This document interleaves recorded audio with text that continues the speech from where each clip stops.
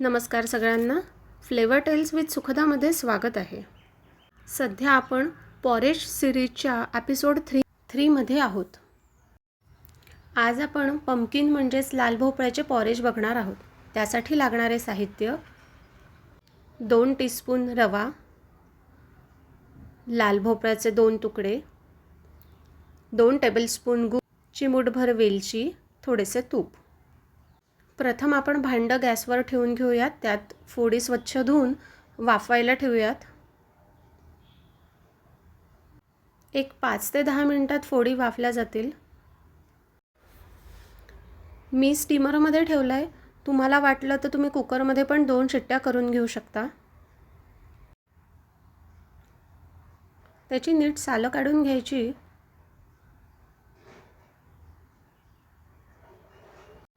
आणि लाल भोपळा मॅश करून घ्यायचा. गॅसवर कढईत तूप घालायचे. त्यात थोडा रवा घालून परतवून घ्यायचा. गॅस मंदवरच ठेवायचा म्हणजे रवा करपणार नाही.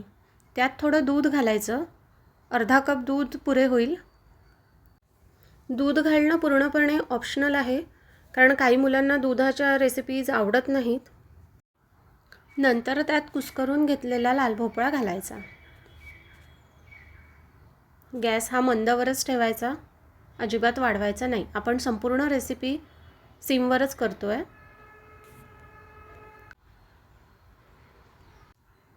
लहान मुलांच्या जिभेची चव वाढवण्यासाठी उत्तम रेसिपी आहे आणि हेल्दीसुद्धा आहे. आता आपण यात किसलेला 2 टेबलस्पून गूळ घालूयात. गूळ किसलेला असला की तो लवकर विरघळतो. छानपैकी एकत्र करून घेऊयात. बघा याची कन्सिस्टन्सी किती छान विरघळला आहे. आता आपण यात वेलची पूड घालू आणि बस तयार आहे आपलं पॉरेज.